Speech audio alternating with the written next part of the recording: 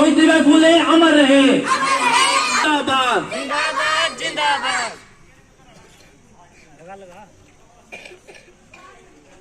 ज्योतिबाई फुले अमर रहे। ज्योतिबाई फुले अमर रहे। जिंदाबाद लोक एकता जिंदाबाद।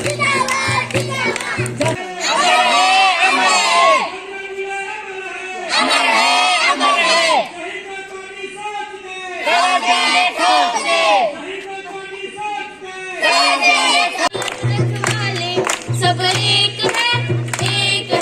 हम कोरिया में, हम हैं हिंदुस्तान में। हम रूस में है, चीन में, जापान में। हम कोरिया में, हम हैं हिंदुस्तान में।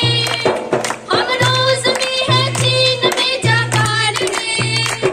हम दुनिया के हर सच्चे इंसान में। वाले सब एक है, एक है। रमन के हमारे सब एक है, एक है। हम बच्चों, हम माँ के अरमान बेचते नहीं। हम बच्चों की मुस्कान बेचते नहीं। हम माँ के अरमान बेचते नहीं। इस एटम के, इस डॉलर के बाजार में हम इंसानों के प्राण बेचते नहीं। तो 1 to 4 तक बोलो। बोलो 1 2 3 4। ताड़ी मार ਇਹਦੇ ਵਿੱਚ ਘਰ ਵਿੱਚ ਕਿਉਂ ਪਾਉਂਦੀ लड़ाई। ਇਹ ਸੱਚ ਹੈ। ਜਿਸ ਘਰ ਦੇ ਵਿੱਚ दारू ਪਲਾਉਂਦੀ ਹੈ ਉਸ ਘਰ ਦੇ ਵਿੱਚ ਲੜਾਈ ਨਹੀਂ ਜਾਂਦੀ ਹੈ।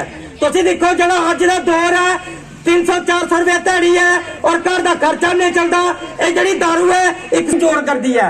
ਹੁਣ ਦੇਖੋ ਇਹ ਤੁਹਾਡੀ दारू है, ये बिल्कुल गैम करी नहीं है।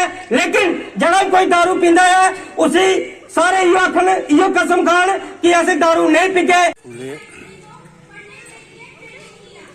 की आज पुण्यतिथि है। 1890 उनकी मृत्यु हो गई थी, लेकिन ये एक बहुत ही महान पुरुष हुए हैं मानव जाति के अंदर। इन्होंने शिक्षा पर बहुत जोर दिया कि हमारा समाज जितना शिक्षित होगा उतना ही सुरक्षित बनेगा। ये आप सब जानते हैं कि हमारे समाज के अंदर एक बहुत बड़ी जो समाज का हिस्सा है, समाज के लिए जो काम करता है, उत्पादन शक्ति है, निर्माण करती है, लोगों के लिए असली काम करते हैं, उनको वंचित रखा गया समाज से अलग। तो ना ही उन्हें शिक्षित होने दिया गया, पढ़ाई से दूर रखा गया ताकि उनके अंदर एक चेतना विकसित न हो। एक बहुत बड़ी शासक वर्ग की चालाकी रहती है, वो कभी नहीं चाहता कि उसकी चालाकियों के प्रति कोई बात समझ आए। उस ज्योतिबाई फुले ने इस चीज़ को समझकर समाज के अंदर इतना प्रयास किया, बिना मतलब किसी डर के और हिम्मत के साथ उन्होंने लोगों को शिक्षित करने का, खासकर शिक्षा पर कि लोग ज़्यादा से ज़्यादा शिक्षित हों। और सबसे बड़ी चीज़ ये है उनकी जो पत्नी सावित्रीबाई फुले, जिसने पहली नारी है जिसने हिंदुस्तान के अंदर नारी को शिक्षित करने की कोशिश की, उनके लिए पढ़ाई की हुई थी।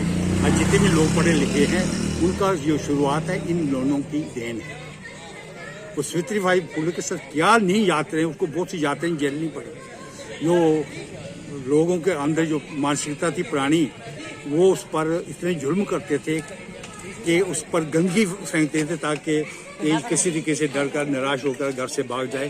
लेकिन उन लोगों ने इसके जो सावित्रीबाई जो हैं फुले, उसको हिम्मत देने वाला उसका पति था, उसने कभी भी उसे निराश नहीं होने दिया, पूरा सहयोग दिया ताकि समाज हमारा अधिक से अधिक शिक्षित हो। बाकी लोग जो आज के नेता हैं ये सारी देन हम समझते कि शिक्षा भारत के अंदर जो हमारे ज्योतिबाई का बहुत बड़ा योगदान है और हम इनको बहुत बड़ी महान हस्ती मानते हैं। मानव जाति के हित में इन्होंने इतनी सेवाएं दी हैं, मैं इनको सलूट करता हूँ। पुण्यतिथि है, 1890 उनकी मृत्यु हो गई थी, लेकिन ये एक बहुत ही महान पुरुष हुए हैं मानव जाति के अंदर। इन्होंने शिक्षा पर बहुत जोर दिया कि हमारा समाज जितना शिक्षित होगा उतना ही सुरक्षित बनेगा।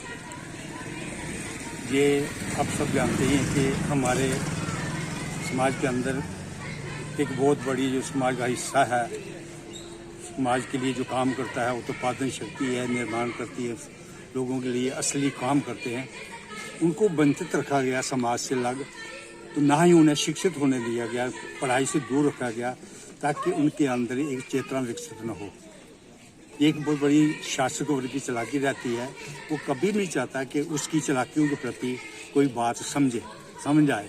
उस ज्योतिबाई फूले ने इस चीज़ को समझकर समाज के अंदर इतना प्रयास किया, बिना मतलब किसी डर के और हिम्मत के साथ उन्होंने लोगों को शिक्षित करने का, खासकर शिक्षा पर कि लोग ज़्यादा से ज़्यादा शिक्षित हों। और सबसे बड़ी चीज़ ये है उनकी जो पत्नी सावित्रीबाई फूले, जिसने पहली नारी है जिसने हिंदुस्तान के अंदर नारी को शिक्षित करने की कोशिश की, उनके लिए पढ़ाई जरूरी की।